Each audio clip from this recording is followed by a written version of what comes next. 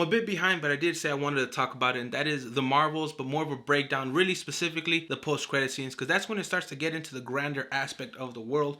It's been out a minute. However, spoiler warning in case you haven't seen it, but if you haven't by now, it's honestly your fault, and I know people are dogging it for whatever reason. I enjoyed it, but that's neither here nor there, because I don't want to talk about that. If you want to discuss that, there's three things that pop to mind when I think about this movie. One is a negative.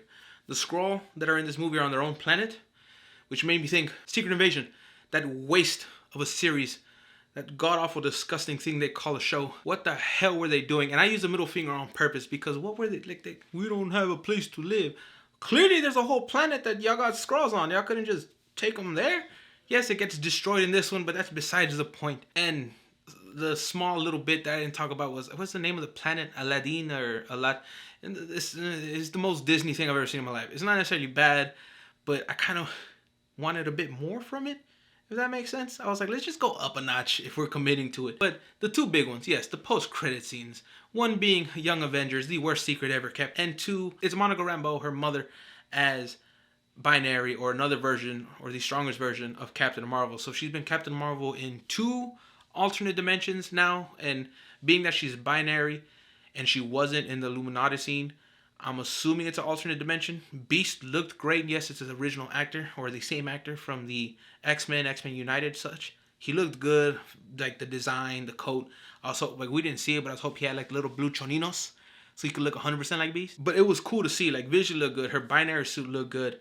And it's cool to see, but we know, like, that's not going to really come into play till, like, Kang Dynasty and such. But it was neat to see. I'm interested to see kind of where they're going with it. Like, I love seeing these classic nostalgic moments of X-Men characters that I like, just done in a more accurate fashion. I enjoy that. But I'm also like, keep their ass over there. Like, when they finally officially do mutants in the MCU, do them original. I don't want no one coming over from Fox Universe. None of that. I want to do original, new actors, bring them to life in a more accurate, better way over here. It's cool to see. The part of me that's nostalgic loves it. And like I said, they're doing them accurate. I mean, they put Charles in the chair. Hank looks like Hank with his lab coat. Like, little bits that we've gotten look good. But the biggest thing I'm getting from this is the fact that we've had Rambeau be Captain Marvel twice in alternate universes. Makes me feel like if they ever need to recast, which in my head is like, if you ever have to bring a character back, you have the multiverse open. Just do it that way. Yes, you'll get some backlash, like, oh, there could only, Robert Downey Jr. is the only Iron Man. Not really. Like, you cast somebody else. If you want to bring back Steve Rogers, cast somebody else. You know, Nat. Like, anyone you want to bring back, the multiverse is open. You can recast and bring them back. No problem.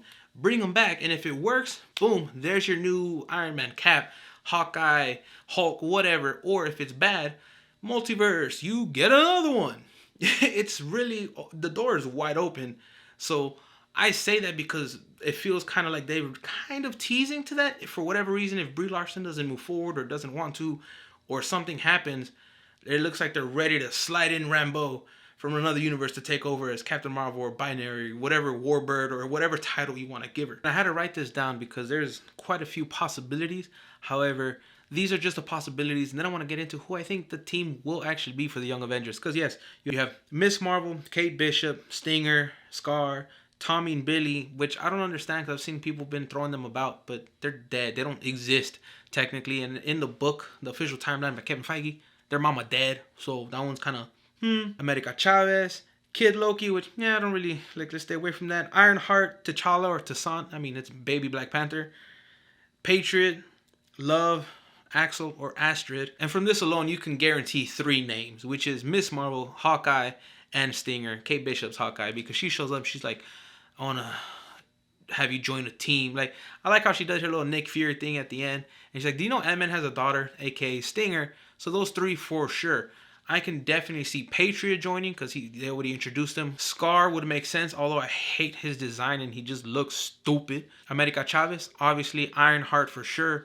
So I think your team in the beginning shouldn't be too vast because yes, there's like Love, but she's somewhere in the cosmos with her father. Phila's part of the Guardians, so it doesn't make sense for her to join the Young Avengers. Kid Loki was just a variant we saw for a brief moment, so it doesn't make sense for him to jump in and join the Avengers either. So that being said, I really think that your team, or not necessarily team, but your first few rounds is going to be Miss Marvel, Kate Bishop, Stinger, Scar, Ironheart, T'Challa, and Patriot. I think those are going to be your main ones, and America Chavez. So I think those will be like your main go-tos for the official first maybe team or uniting or team up for the Young Avengers. And what I would do, I think would be hilarious, is put Hawkeye in charge, because he had to. He's for one, he's one of the only characters with kids. But I think it would just be funny to have him and Kate kind of have this back and forth while he's trying to wrangle all these super powered children. That way he takes a step back and he doesn't have to worry about being Hawkeye anymore. He can just be this mentor who has training and he has no power, so he can really train them on how to utilize what they have and just add their superpower into it. I'd definitely be interested, and I wouldn't make Young Avengers a movie. I would make it a show first, and each episode kind of have Kamala and Kate go get Stinger, and then go get the next kid, and next kid, and next kid. Kind of go about building the team and having them deal with that dynamic, and have them deal with the proper villain. Don't give them some kid villain. Give them a proper villain, all right? There's a tough group of kids, if I'm being honest. So I'd be interested to see how they develop that. I kind of game for it, because I do love Iman as Miss Marvel. I think she's great. Her characteristics, her quirkiness.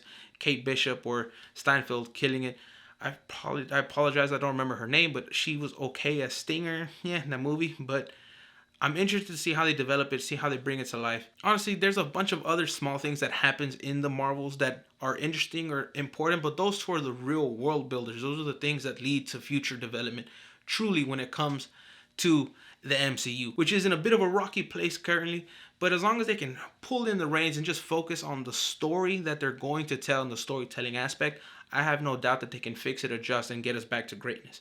But I am interested to see where this goes with the whole X-Men ploy and where Deadpool takes it with, Deadpool kills the Fox universe, because that's very much what it seems like he's going to do, and it would make the most sense story-wise.